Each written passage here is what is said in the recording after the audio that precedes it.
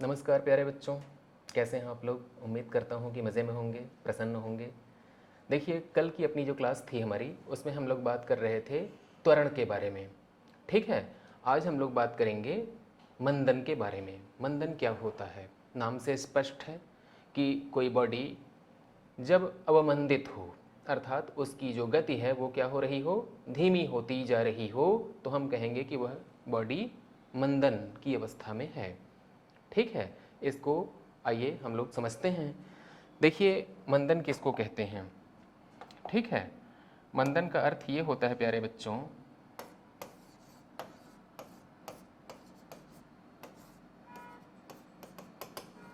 Retardation.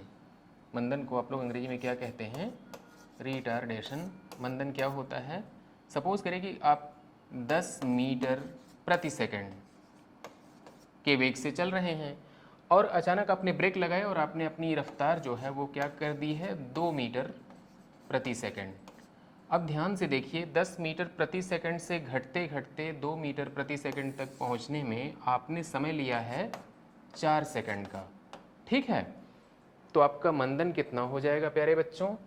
ये जो final velocity है 2 मीटर प्रति सेकंड और जो इनिशियल वेलोसिटी है 10 मीटर प्रति सेकंड, इन दोनों का अंतर निकालेंगे आप। मंदन को भी आप स्मॉल ए से पेश करेंगे। क्या करिएगा, यहाँ पे 2 में से 10 को घटाइएगा और जो बचा है उसमें समय का भाग दे दीजिएगा। 2 में से 10 घटाएंगे तो -8, उसमें 4 से भाग देंगे तो क्या आएगा, -2 मीटर प्रति सेकंड स्क्वायर। अर्थात जो मंदन है वो कितना है प्यारे बच्चों, -2 मीटर पर सेकंड स्क्वायर। ठीक है, इसका अर्थ क्या होता है कि आप जिस बॉडी को लेकर के आगे बढ़ रहे हैं वो बॉडी क्या है, प्रत्येक सेकंड के बाद उसकी वेलोसिटी 2 मीटर प्रति सेकंड कम हो जा रही है। ठीक है, यहाँ पे एक सवाल उठता है, बड़ा ही महत्वपूर्ण सवाल है कि एक्सेलरेशन और मंदन ये दोनों कितने प्रकार के हो सकते हैं। ठीक है, तो एक्सेलरेशन प्यारे बच्चों 2 प्रकार का हो सकता है, इसी तरह से मंदन भी 2 प्रकार का हो सकता है। और एक्सेलरेशन जो है वह स्थिर एक्सेलरेशन या कांस्टेंट एक्सेलरेशन हो सकता है और वेरिएबल एक्सेलरेशन भी हो सकता है। इसी तरह से मंदन को हम लोग कहेंगे कि मंदन भी स्थिर हो सकता है और वेरिएबल हो सकता है, अर्थात कांस्टेंट और वेरिएबल। स्थिर और वेरिएबल का अर्थ क्या होता है इसको समझ लेते हैं। देखिए, मान लिया जाए कि आपकी जो बॉडी है, जिस पिंड को लेकर के आप ये एक्सपेरिमेंट कर रहे हैं, उस एक्सपेरिमेंट की बात हम करते हैं। देखिए, यहाँ पे कोई पिंड है और ये पिंड चलना शुरू करता है 2 मीटर प्रति सेकंड के वेग से।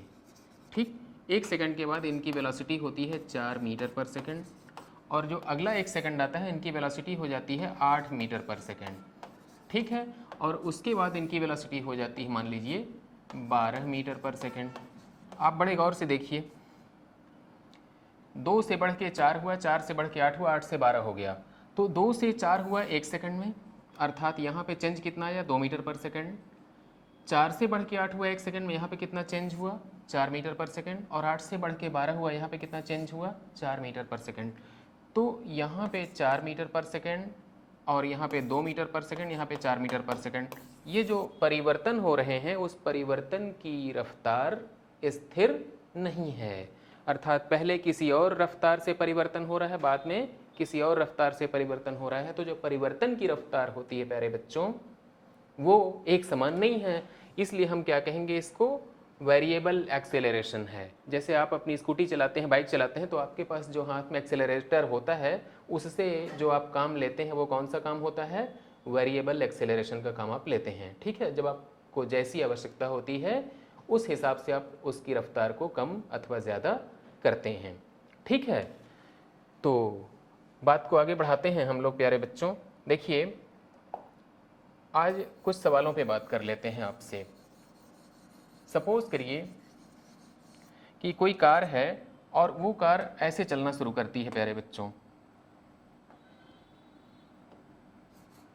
ध्यान से देखिए, एक कार 40 मीटर प्रति सेकंड के वेग से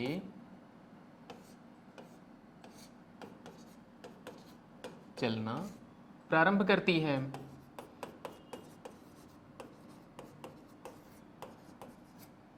दस सेकंड के बाद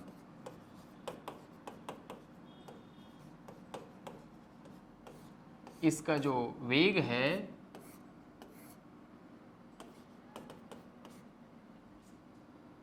120 मीटर प्रति सेकंड हो जाता है।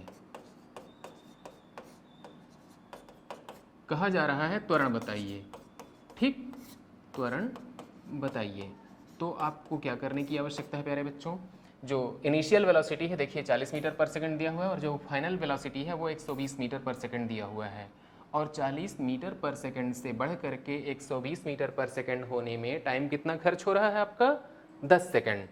आप क्या करिएगा? त्वरण बराबर क्या होगा प्यारे बच्चों? फाइनल वेलोसिटी है 120, उसमें से इनिशियल वेलोसिटी को सब्ट्रैक्ट कीजिए, जो आया है उसमें टाइम का भाग दे दीजिए। कितना मिलेगा आपको? 120 में से 40 निकल गया तो 80, और 80 में 10 का भाग देंगे तो कितना आएगा? 8 मीटर प्रति सेकंड स्क्वायर। ये आपका हो जाएगा एक्सेलरेशन। ठीक है, देखिए एक्सेलरेशन के लिए आपसे हम बात कर लेते हैं। एक बहुत ही महत्वपूर्ण बात है वो। कल मैंने आपसे अपनी क्लास में एक्सेलरेशन की परिभाषा पे बात करी थी, तो उस परिभाषा से प्यारे बच्चों आपको कुछ मिलने वाला है। क्या मिलने वाला है? बड़ा गौर से देखिएगा।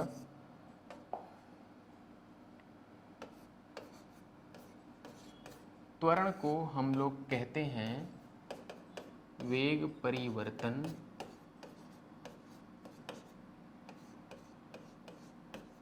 की दर। ठीक, वेग परिवर्तन की दर अर्थात मान लिया जाए कि कोई पिंड है यहाँ पे, उसका इनिशियल वेलोसिटी है u और थोड़ी देर बाद वो पिंड v मीटर प्रति सेकंड के वेग से चलना प्रारंभ कर देता है। तो कितनी देर में ये कांड होता है प्यारे बच्चों? मान लीजिए t सेकंड में। u से बढ़कर के उसका वेग t हो गया, v हो गया। कितनी देर में हुआ? t सेकंड में। तो त्वरण बराबर क्या हो जाएगा प्यारे बच्चों? वेग परिवर्तन, अंतिम वेग में से प्रारंभिक वेग को घटाइए और टाइम का भाग दे दीजिए तो आपको दर मिल जाएगा। अब आप क्या करेंगे? ध्यान से देखिएगा, ये एक महत्वपूर्ण बात है। और अगर आप इसका क्रॉस मल्टीप्लिकेशन कर दें तो v minus u equal to AT मिल जाएगा। इस माइनस यू को उठा के उस पार ले जाएं तो v बराबर क्या हो जाएगा? u plus AT। इसको कहते हैं गति का प्रथम समीकरण, फर्स्ट इक्वेशन ऑफ मोशन। ठीक है, इसमें ध्यान दीजिए कि आपको अंतिम वेग v दिया हुआ रहेगा और प्रारंभिक वेग u दिया रहेगा, एक्सेलरेशन दिया रहेगा, तो आप टाइम निकाल सकते हैं। और इन चार राशियों में से कोई तीन अगर आपको दी हुई हैं तो आप चौथी बड़े आसानी से ज्ञात कर सकेंगे।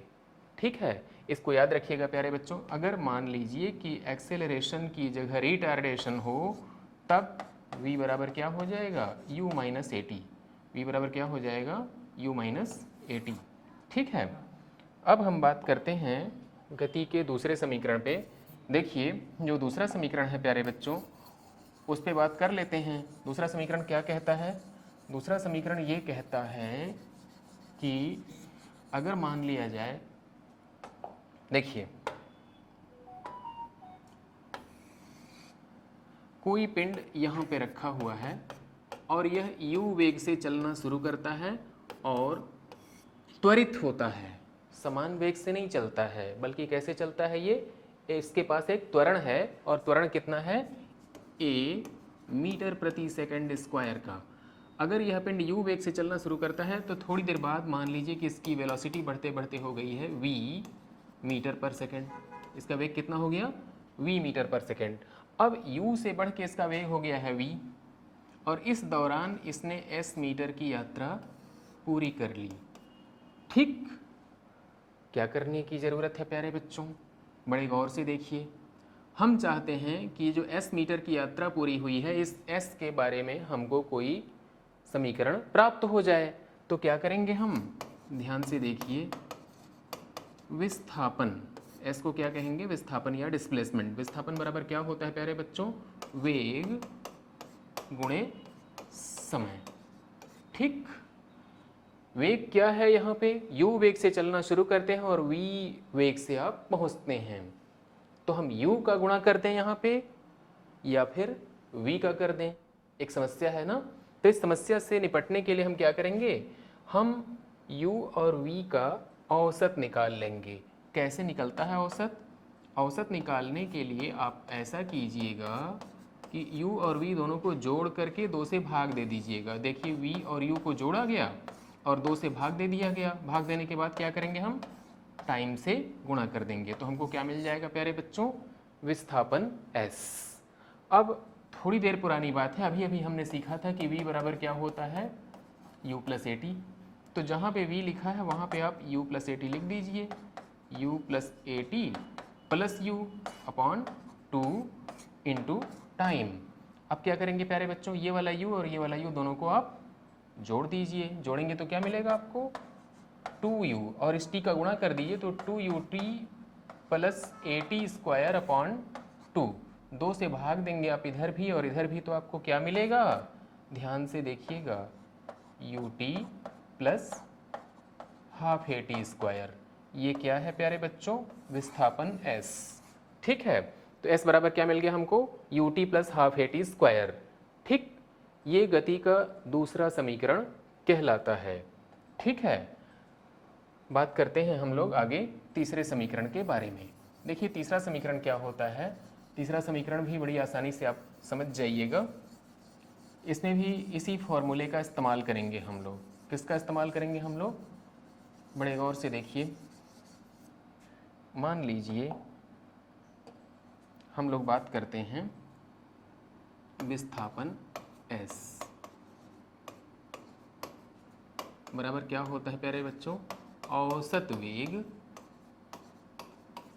इसमें हम समय से गुणा कर दें। तो औसत वेग हमारे पास है कितना, v प्लस यू अपॉन 2, और हमको गुणा करना है टाइम t का। ठीक है, अभी थोड़ी देर पुरानी बात है। देखिए आपने सीखा था कि एक्सेलरेशन a बराबर क्या होता है, v minus you upon T.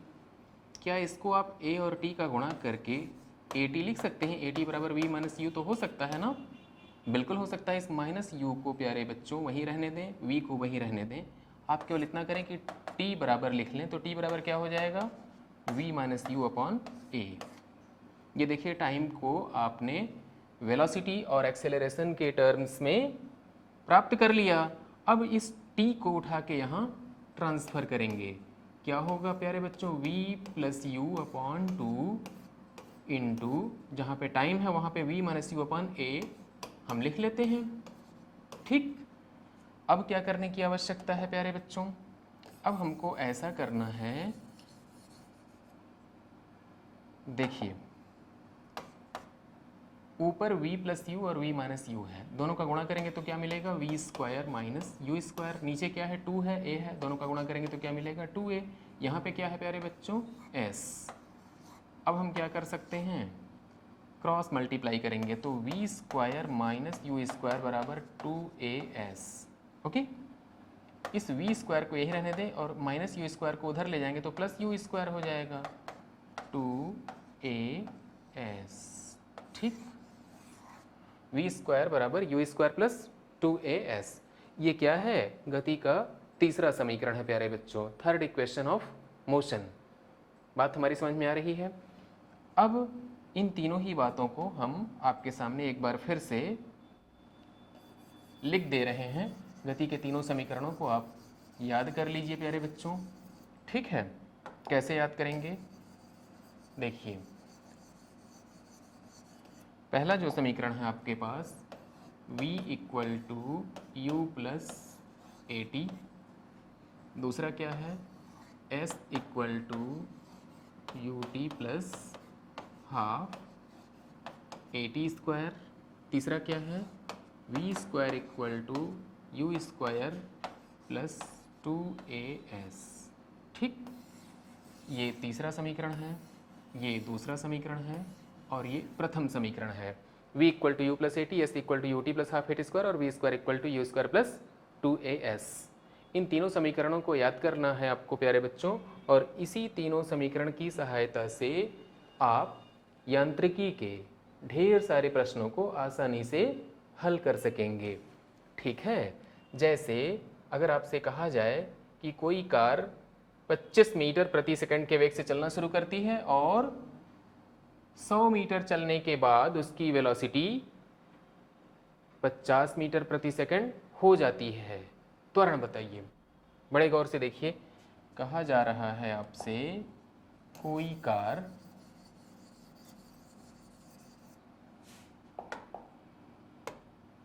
25 metre प्रति सेकंड के वेग से चलना प्रारंभ करती है और 100 मीटर चलने के बाद इनकी वेलोसिटी 50 मीटर प्रति सेकंड हो जाती है।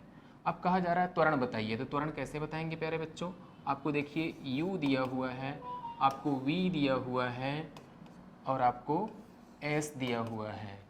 क्या ज्ञात करने के लिए कहा जा रहा है? त्वरण अर्थात एक्सेलरेशन। तो आप क्या करिएगा, v square equal to u square plus 2as। तो जहाँ पे v है वहाँ पे क्या लिखेंगे आप? 50 का स्क्वायर कर दीजिए। जहाँ पे u है प्यारे बच्चों वहाँ पे क्या लिखेंगे आप? 25 का square plus 2 into a into क्या लिखेंगे प्यारे बच्चों? s की वैल्यू क्या है आपके लिए? 100। अब क्या होगा, 50 का स्क्वायर करेंगे कितना आएगा? 2500। उसमें से आप ये 25 का स्क्वायर घटा दीजिए। 25 का स्क्वायर कितना होता है? 625 इक्वल टू क्या हो जाएगा? 2 इंटू ए इंटू ये है 100। ठीक है। क्या करने की आवश्यकता है प्यारे बच्चों? 2500 में से 625 घटाइए, कितना मिलेगा आपको? 2500 में से 600 का 1900, ये हो जाएगा 1875 और इक्वल टू 200 इंटू ए। तो आपका जो त्वरण है वो कितना हो जाएगा? 18.75 बटे के नीचे 2 बराबर 9.3 और ये 5 इसके आसपास आएगा प्यारे बच्चों। ठीक है। तो 9.35 आपका क्या हो गया? ये एक्सीलरेशन। हमारी बात समझ में आ रही है आप लोगों को? इस तरह से आप इसके आगे भी सवाल कर सकते हैं। एक सवाल और हम लोग देखते हैं। देखिए, मान लिया जाए कि कोई कार विरामावस्था से चलना प्रारंभ करती है, तब क्या होगा प्यारे बच्चों? देखिए, अगर कोई गाड़ी विरामावस्था से, विरामावस्था का मतलब होता है प्यारे बच्चों कि इनिशियल वेलोसिटी u का मान क्या हो जाएगा? 0। अगर u का मान 0 हो जाएगा तो आपके जो समीकरण है वो क्या हो जाएंगे? v equal to AT, s equal to half AT square और v square equal to 2as। ये 3 समीकरण आपके पास मिल जाएंगे। कब? जब आपकी कार विरामावस्था से यानी कि रेस्ट से चलना शुरू करती है, उस कंडीशन में। ठीक है।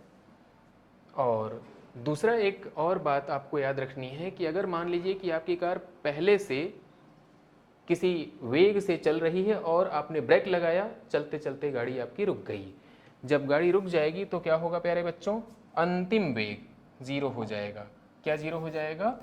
आखिरी जो वेग है या फाइनल वेलोसिटी है वो 0 हो जाएगा प्यारे बच्चों। और फाइनल वेलोसिटी 0 होगा तब क्या कहेंगे हम? v बराबर 0। और v बराबर 0 है तब क्या क्या हो सकता है? ध्यान से देखिएगा। v equal to u minus AT।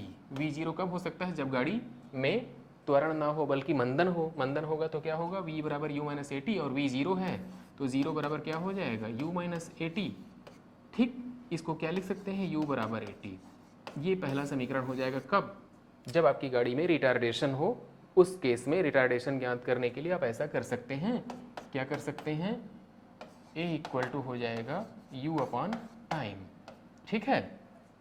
जो इनिशियल वेलोसिटी उसमें टाइम से भाग दे दीजिए तो आपको रिटार्डेशन मिल जाएगा।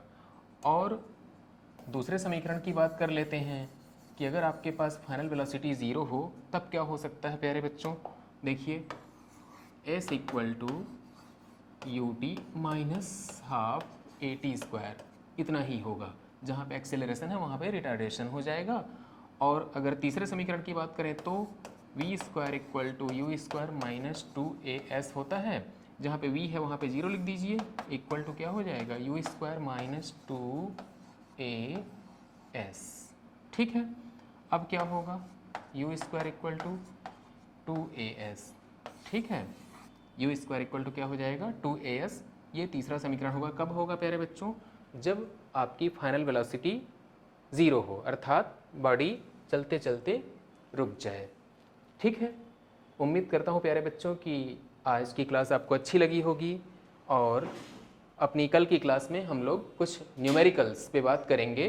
ठीक है, तब तक के लिए हमको आज्ञा दीजिए। नमस्कार।